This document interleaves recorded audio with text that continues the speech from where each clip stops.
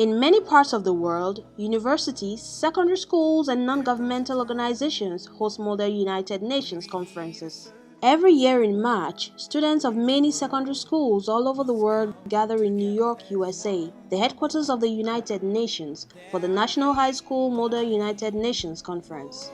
Camped at the Hilton Hotel in Manhattan, New York, the adolescents represent countries other than theirs as ambassadors belonging to a committee of the United Nations. The objective is to discuss, negotiate, and debate solutions to the various problems of the world. The conference is a simulation of real-life UN sessions. Conference participation also fosters global citizenship. Future Trust Initiative for Capacity Building. It's a non-governmental organization that leads a delegation to the conference from Nigeria. Dr. Maureen Egbuche narrates the activities of her delegation. If you're asking what inspired me to start Model United Nations, as a postgraduate student, I was a Model UN delegate at the postgrad level. So, having done that, somehow when you do Model UN, you participate for the first time, that bug bites you.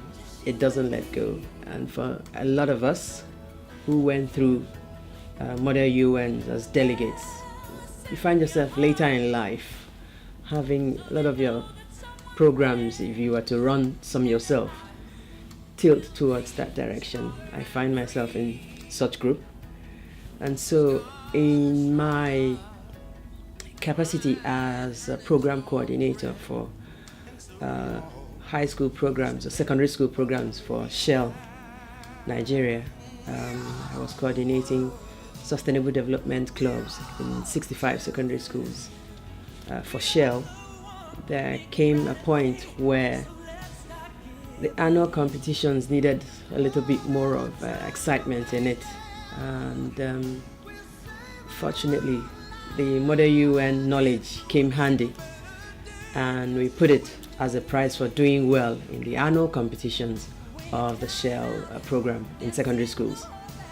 So my first outing with students to New York High School was in 2002. It ran for 5 years, meaning it was sponsored for the next 5 years by Shell Nigeria for the kids who were on the Shell programs in secondary schools in Rivers and Delta State, and eventually Bayelsa State I learned recently.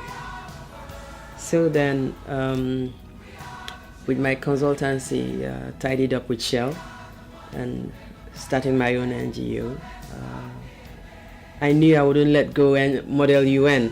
So it became one of those projects that we considered to continue with. And so we took the first set of students some years back, but on parent-sponsored basis. So again, would set annual competitions. Those who did well, you get the parents to know about it, and if they were interested in sponsoring their wards, their children to the conference. And the process then starts. When I use the word process, it is quite a process because it's like 11 to 13 months of preparations. How do you get the students really, and how do you pick them? What are the criteria? You'd have to be like a year before you go for conference, you'd be like in SS1. Meaning in the year of the conference, you're now in SS2. So, for example, in May this year, those who write the test are in SS1. The test results are out by June. The parents get to know. And then you know who your potential delegates would be from then on against March the next year. So it's quite a process. There's an application filling out time from mid-March to April. The test is in May. The notifications for successful ones in June. By August, you're already doing the first pre-conference coaching or training in preparation for what they'll be facing at the Real Model UN March next year.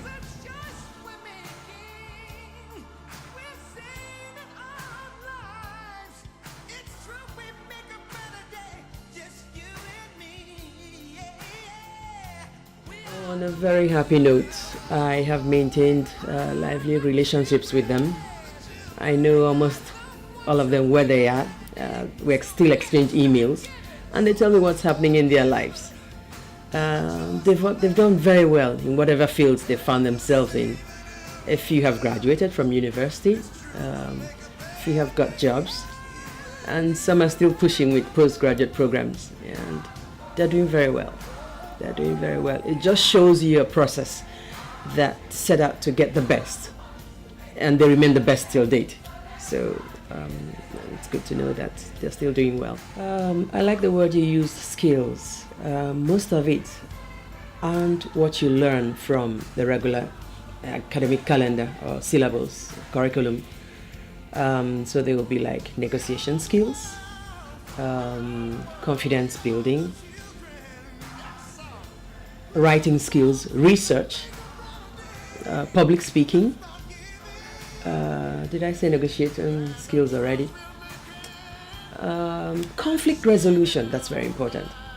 Conflict resolutions, you find yourself in a situation where you don't have to already be biased, but you're willing to hear it all from all sides and make sure you end up in a win-win situation at the end of the day.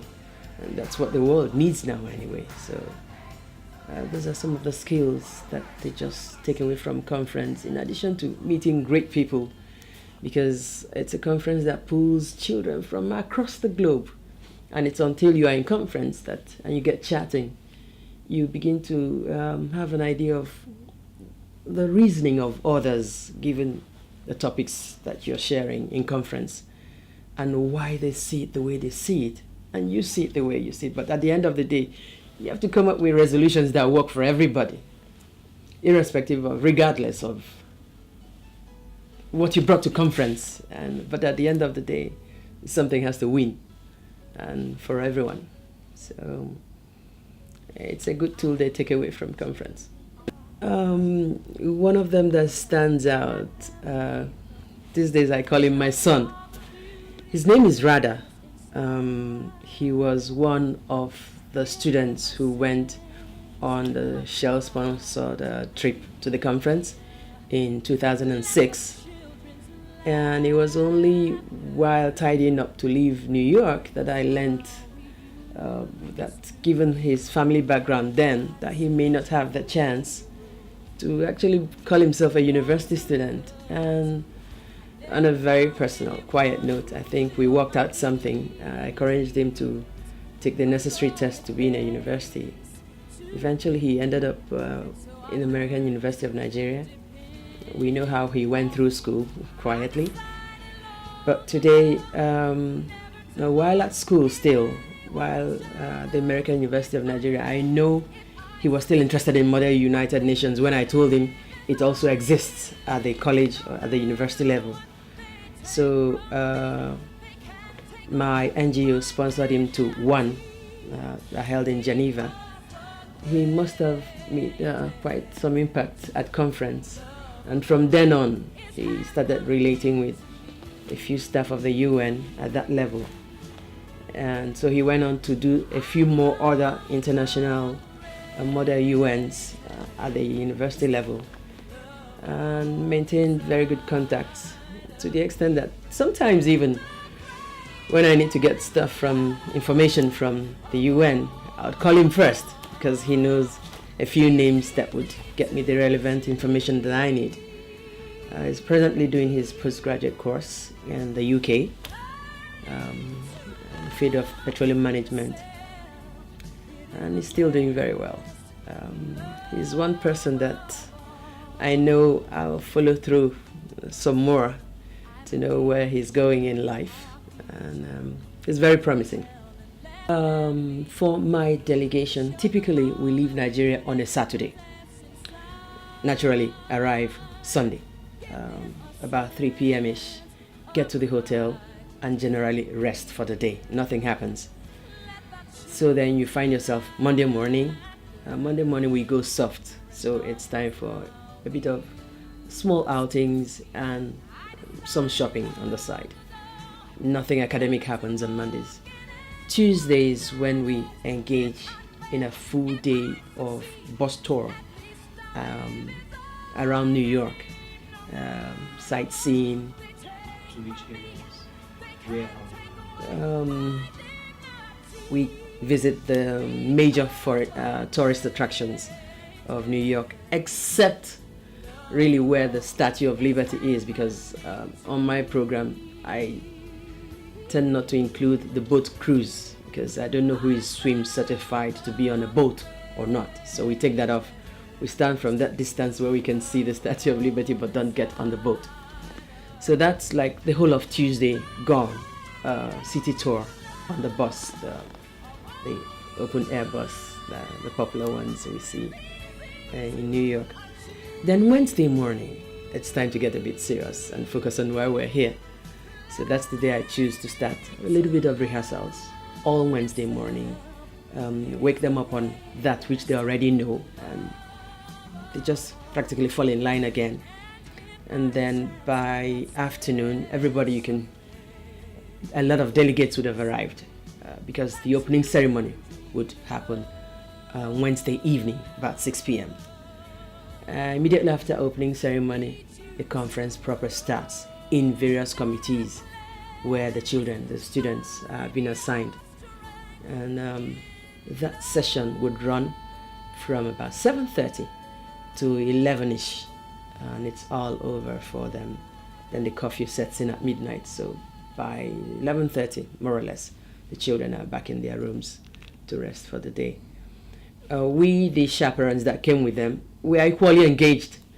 We hold meetings and everybody gets to share what has been observed, good and bad. Time to meet the current executives, directors of the conference, share ideas, further comments on, in addition to emails that we may have been exchanging prior to coming to conference. And then the day generally ends for everybody Wednesday.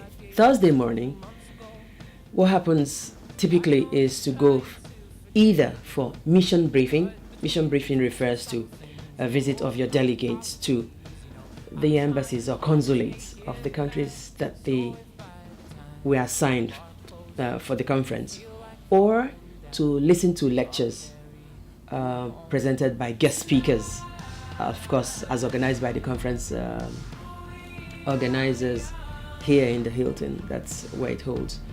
Or, like my delegation chose for this year, to do neither of those. But this year we went to pay a visit to the President Bill Clinton Foundation. We had written, of course, weeks earlier that we would like to pay such a visit, and we were granted, fortunately. And so that happened for us Thursday. For me, it was eye-opening. First, they shared what the foundation does. There were a lot of things I heard, and it was for the first time, that I didn't even pick out from their website. They threw more light on quite a number of issues that keeps the foundation busy. My students had some questions, and then they had a bit of interaction with the interns that were presently engaged at the foundation, just about their age or slightly older, so they could relate with them on what they were sharing.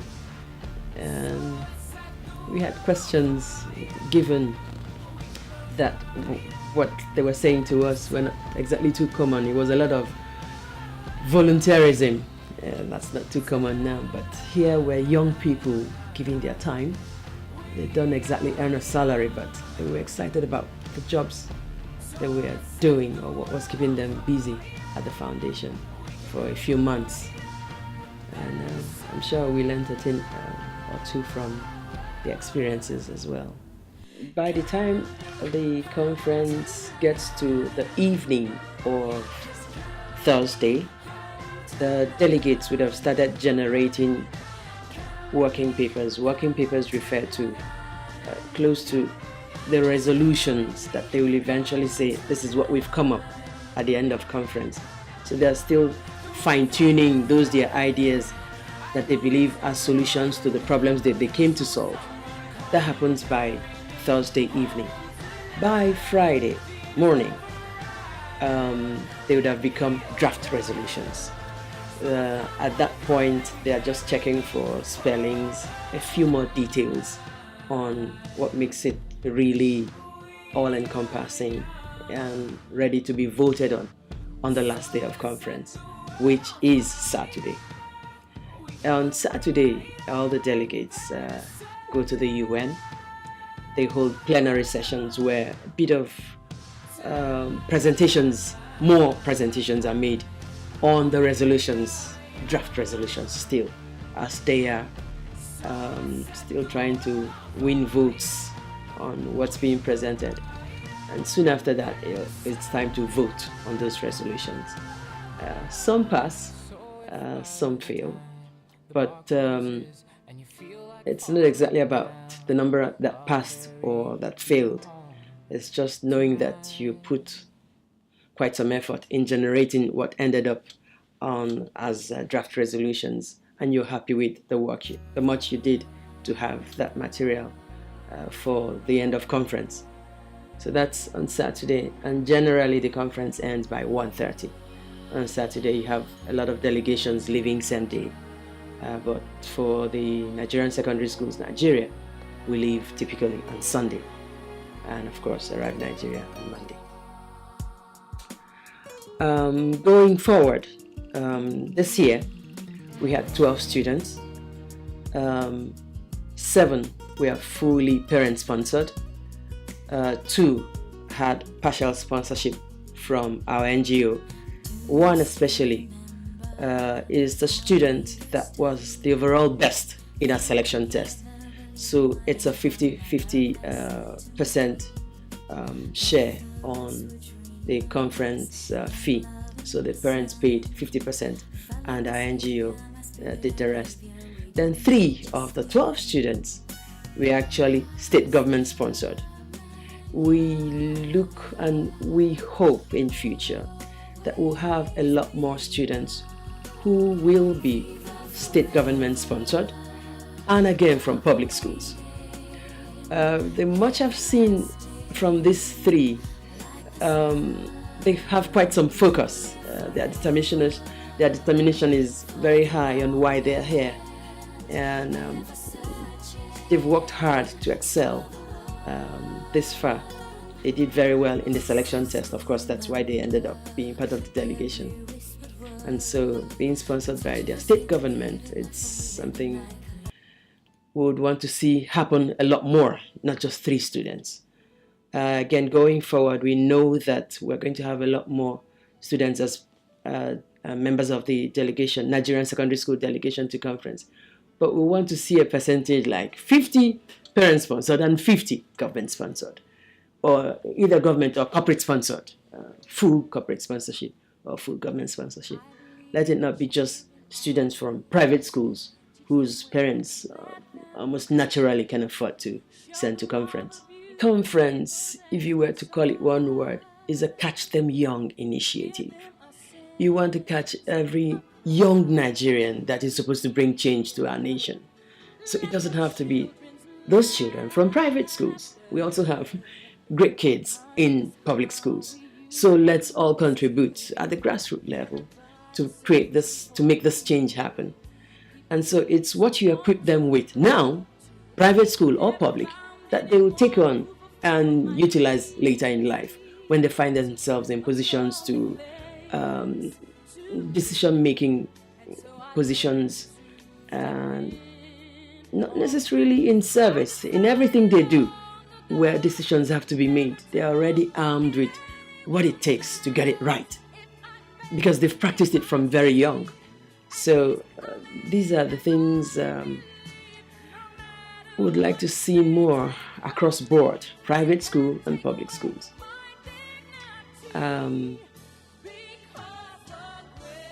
We know that in time we'll come to almost that close balance of having enough students from public schools be on the delegation. This was a good start. 3 out of 12. That's a good start if you ask me. But I know it could be better. I can't put my finger on any year in particular because at the end of conference, what I make the kids do is between departure, New York, and getting to Nigeria, they get to write me a paragraph or two of what the conference did to them. What experience did they take away? And there's a comment of one of the students that really stands out. I wish I can quote very correctly. But she said that I know that people learn every day. But what I've learned from this conference would last me a lifetime. I asked for a paragraph, and this is how she summarized it in 2 lines. And that has stuck with me because it was quite deep. And I believe that generally is what the conference has been doing to those who have been attending the conference. Learning that would take them a lifetime. The well-meaning Nigerians should really be reached out to. Small corporations, big corporations, individuals. You could say, I'd like to sponsor, even anonymously, students. So, could you have these funds? Why not? Why not?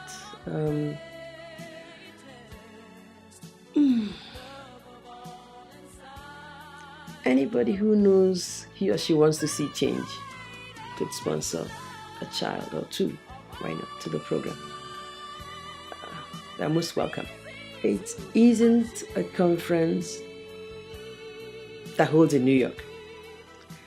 There have been a few parents that you tell about a conference, Model United Nations, holding in New York, and we know New York. I don't think my child needs it. And that's already a bad impression about the conference. But when you spend time and talk about the conference with them, they say, oh yeah, I think so. I think so. Because every parent wants that which will help his or her child contribute to the future of the nation. For the child to be well equipped with these skills. So when you share the conference with parents and they eventually have their kids on it, they get back to say, it would have been a bad mistake if my child wasn't on it. So the word is out there on the conference. It's spreading. And we know already from the comments that come to us in emails and all that it's time to really have enough face from Africa at conference. Presently, like in this year's conference, we have Nigeria, we have Ethiopia. We were looking forward to seeing Gambia again because Gambia came last year. They didn't come. So you'd ask yourself, here we have 3,000 and more delegates from across the globe, and there are 2 African nations present. So one, already it's important that Nigeria doesn't drop, but then if something else can be done so that maybe more enlightenment on the existence of the conference for more delegates from Africa to be part of it would really pay off, because having 2 countries or less than 5 countries from the whole continent of Africa in attendance is far from being representative of the continent as a whole at conference. For a conference that has at least 3,000 delegates in the high school level attend it annually, a 39-year-old conference should have a lot more students coming from Africa. The door you see behind me is one of the committee rooms of one of my delegates. They've just had a short break, and when they come back from break, they'll be voting on some of their draft resolutions that they've already come up with for the first topic in this committee. So it's just a short break they have. I tell you now, it's almost 10 p.m. So like I said, their sessions run quite late into the night. For today, like always, it will end about 11 p.m. and then curfew sets in at midnight. So they don't go away. They don't leave their rooms after midnight and then until tomorrow morning. So these long sessions really have an impact on them. The longer The thing about the long sessions is that it helps them appreciate what their own ambassadors will be dealing with in the real UN. Sometimes, depending on how crucial the situation is for the real issues at the UN, they could stay that late as well. So let them have a feel of it, what it takes to solve world problems. It's not just, sometimes it's not just the 9 to 5 work. They may have to stay beyond the normal working hours to straighten things out and have peace around the world, I guess. That's what I think. So they're having a taste of it. We've seen finance as a challenge. We love to have a lot more children be exposed to this conference. But I believe very strongly that in time to come, we'll have better sponsorships, a lot more sponsorships than we've been experiencing presently, to have more students be on the program. Okay, is there any other thing you'd like to say about this conference? We mustn't forget the parents that most of the delegates for this year, for example, were parent-sponsored. It's money well spent, if you ask me, and the children will tell you the same thing. So they've done well, and thank you very much for helping to mold, to a large extent, the life of your children. But I know that it's been quite some sacrifice. Who knows what they put aside to make sure that, yes, my child passed the test, so he or she is at conference. So first the parents, it's a good congratulations. And then we look forward to having more parents be able to sponsor their awards to the conference. The conference is okay generally, and it can be very exhausting because the hours are quite long, but in the end during the process you feel very frustrated and everything, but looking back when maybe you're in your bed tired looking through your day, you realize that you've met a lot of people and you've actually learned a lot of things, but during the conference you don't like it, but after you actually get to feel important and solve some issues that you actually feel confident that they might actually work out for other countries, and you feel helpful and generous and somewhat wiser.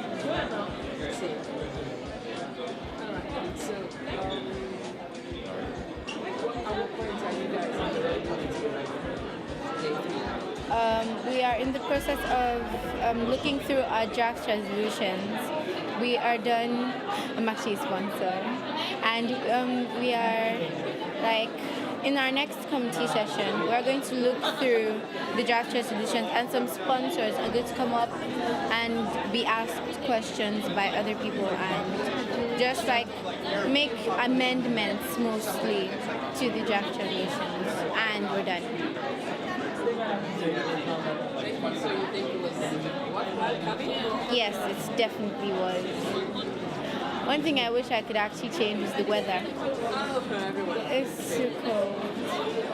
It's the time of the year. Yeah.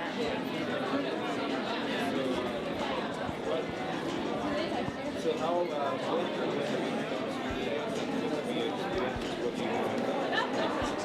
I remember going to the Bill Clinton Foundation. It was actually very beneficial because I understood that Bill Clinton, he had so many goals and dreams to help others, and he actually was able to realize those goals, and through him a lot of people have actually been, let's say, blessed, and he has really helped people, and it makes me think that his foundation is so broad and he has other projects going on, so actually makes me feel that I actually can do most of these things to help people, not just stay in my own circle in my country, because he has really gone worldwide. And we also took a bus tour around New York, saw Times Square and the Rockefeller Center and Statue of Liberty, so New York is very pretty.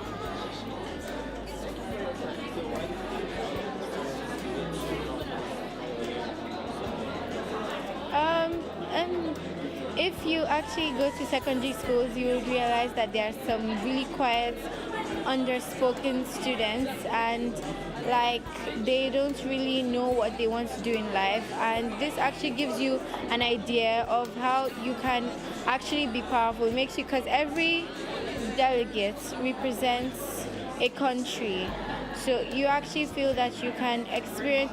You feel like you can do much more than you feel, because you have seen other countries, and you just feel like you can do much more for the world than staying in your own country, and you feel like working worldwide, expanding yourself, and I think it's good.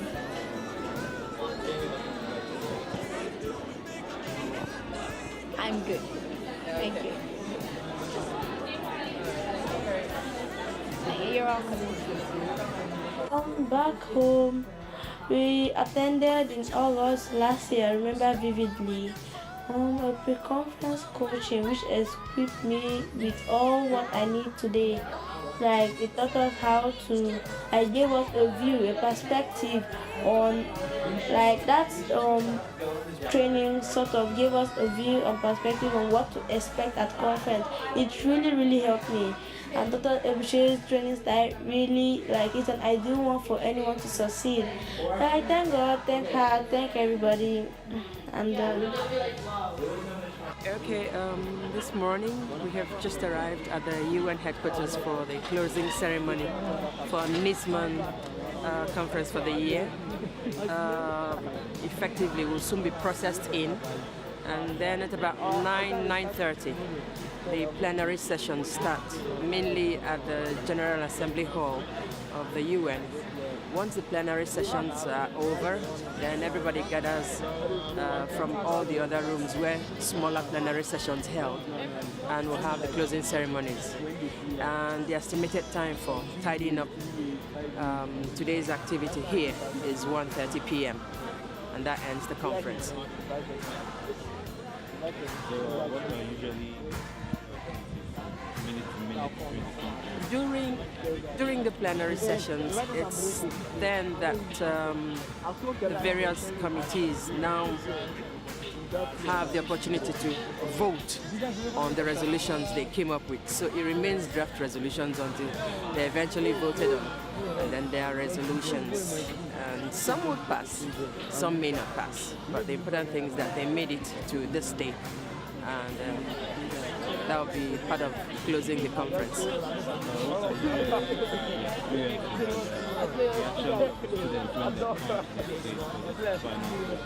For a lot of the students, it's the first time getting into the United Nations headquarters. So for most of them, they think it may be a once-in-a-lifetime experience. So they look around, take pictures, and ask questions. It's very nice. We'll soon get inside and you experience it for yourself. Okay, any other thing you want to say about the ceremony here today? I beg your pardon? Any other thing you want to say about the ceremony here today? It's going to be exciting as always. People, the delegates will just see the end of all the hard work they've put into the various committee sessions for 3 days. Today is the 4th day and the last day of conference. So it's going to be an exciting one. 2013 FTI delegates to the Model UN also had a feel of the diverse cultures and thrills of New York City. Been to different places. We went downtown, been to McDonald's, KFC, Italian restaurants, Chinese restaurants. Like I've got places